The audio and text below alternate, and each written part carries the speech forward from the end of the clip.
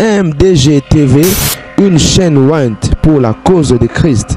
Mafuta Yasika, Mafuta Yasika, Mafuta Yasika.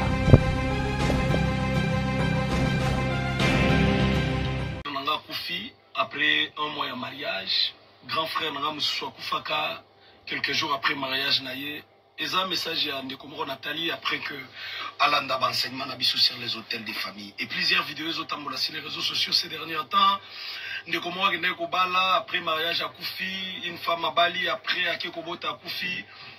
Plusieurs vidéos ont circulé, ils ont soutenir le message à Ndeko à WhatsApp. Bien aimé dans les seigneurs, il faut que le mariage coutumier les alliances. Mariage coutumier les hôtels. C'est un hôtel, c'est une alliance.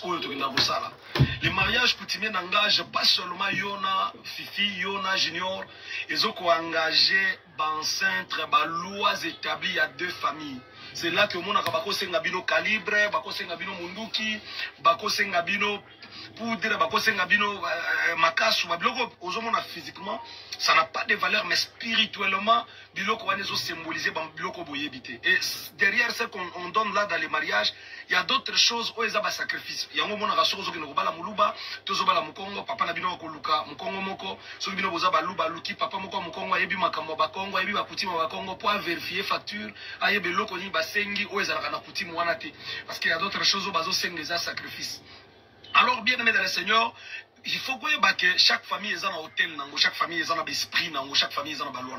Liwa mususu, est un liwa famille. Yoke kobalila. Jacob a qui poursuivi par Laban, mais la Bible dit Laban landa qui est mon côté. Laban réunit tous les gens de son village et ses frères pour nous poursuivre Jacob.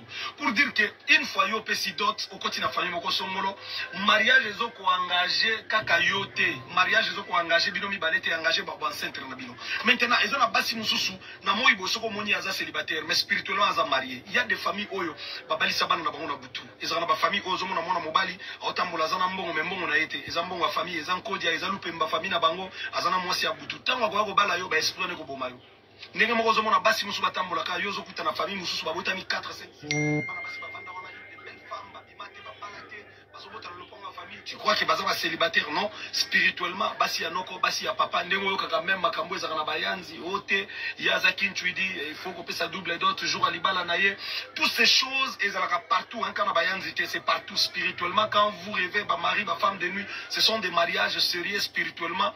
Oyo wapi vanda kana ba vie ya batu et aux autres la physiquement oyebité. Et lorsque vous êtes partenaire sur le plan physique, ezalaka lo briser loi wana. Vous brisez loi. Si tu n'as pas la vie de prière partenaire na yo kutana liwa.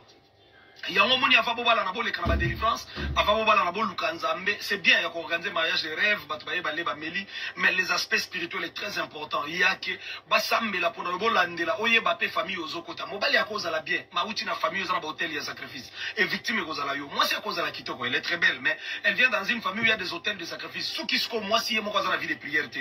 Yo siko nabitumba, non nabitumba famille à moi c'est sangani. Porte ko suka na ko fongwama. Raison pour laquelle Bozomo n'a pas mariage, il y a le lot 2 semaines après, un mois après, Mouto Koufi. Mais tout en étant célibataire, Azakina vit à bien, malade et bandika, Tangwabe, à Bali. Parce que mariage, est engagé les deux esprits. Donc, les gens liwa Moussoko Koufa, les gens liwa outina famille, na yote. Famille, ok, Kobala, wana, bakoufi, la rabasi, bakobete, loli, solote. Ce sont des secrets sérieux de famille. Ce sont des secrets sérieux. Basi Moussozo Mona, Wazana, mari de nous, naïe, papa naïe. Mari de nous, naïe, maman naïe. Tangozo balaye, Bokola, la nambetu, wana, yo, na piye, na maman naïe, tona papa naïe, sokaza mwasi. Maintenant, esprit wana sokoza forte, kobomayo. Et beaucoup de personnes dans les mariages vivent des choses très compliquées, mais bon, peut-être il n'est pas enseigné. Alors, yo moutozo préparer mariage. Yo moutolingo kota na mariage. Tela mwa lukanza. Tela mwa wasambe. Tela mwa koluka ba orientation. De robe examen, beaucoup ça sur le plan physique, ou état de santé, ya mobali ozobala, ya mwasi ozobala. Et le lopi bossa la examen, on était beaucoup manabino bon. M'en fous, et kiff. Et puis, beaucoup de mariage, après, il y a des choses qui vous suivent derrière. Maintenant, il faut chercher l'approbation divine Koyoka Nzambe, la famille Ozokota. Et pour les chrétiens, je dis bien pour les chrétiens, pour les chrétiens. Il y a au conseil, et au CPLSA, il n'y a pas de problème. Mais que au moni du fait qu'il y a des secrets de famille autour de Bagaté, aux autres découvrons au quotidien déjà dans la famille Moro Songolo. Balamos Assambela. Balamo Bala Assambela. Quand tu découvrir que la famille on est dans un hôtel, il y a sacrifice. Beaucoup de Sambela, beaucoup de briser, beaucoup de bâtir, puis beaucoup de longa. Mais ce qui est aux sous Moutoyo, il y a mon quoi bibitumba na été. Il y a même côté azo kendete. Bon, Asaki Moussala moko bien. Wafuta Kembongo, Azaki na besoin de mariage à Bali. Azobala yotan bitumba on est côté les ma si Bozaki enseigné, Bozaki na vie de prière à profondité. Moko akufaka moko atikali. Zamba épargné. Mariage pour cette année de 2024, que l'Éternel a dit vous épargne. C'était l'homme de l'indépendance spirituelle dans 5 minutes, les mariages. Que Dieu vous bénisse.